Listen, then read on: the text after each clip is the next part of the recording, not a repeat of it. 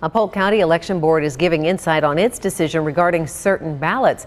The board said it approved the ballots of people on the Secretary of State's potential non-citizen list. KCCI's Kayla James is live at the Polk County Election Office tonight. Kayla, the board says this was a unanimous decision. That's right. It's on the second floor here where the Polk County Absentee and Special Voters Precinct Board. This is where they met yesterday. Now, there are 6 members on the board, 3 Republicans, 3 Democrats. We spoke with 2 members, one from both sides, who tell us that there just wasn't enough information given for them to reject these provisional ballots. I need reasonable doubt that these people were not eligible to vote. The board had questions in regards to the validity of the list. And both Frank Chido and Will Rogers say there just wasn't enough information for them to reject any of the provisional ballots in question.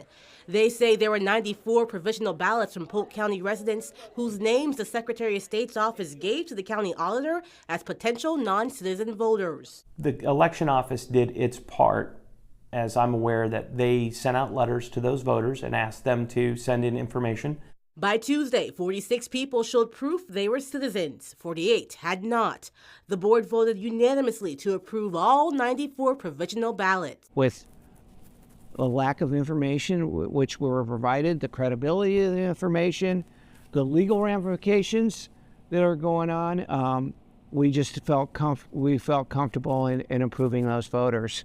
In addition to the list of names being shared with county auditors after the early voting period began in Iowa, Chido says another concern for him is the names on the list came from DOT information dating back to 2004 to 2006. If you put that you were not a citizen when you got your driver's license, back in those, they went on that list. Rogers says this is an area where additional guidance from the state legislature or federal government is key. There's no clear legal understanding as to what would have been a disqualification or a qualification beyond the fact that those citizens came forward and made proof that they were eligible to vote. Chido tells KCCI the board reached out to the Iowa Secretary of State's office Tuesday to ask if they could ask questions.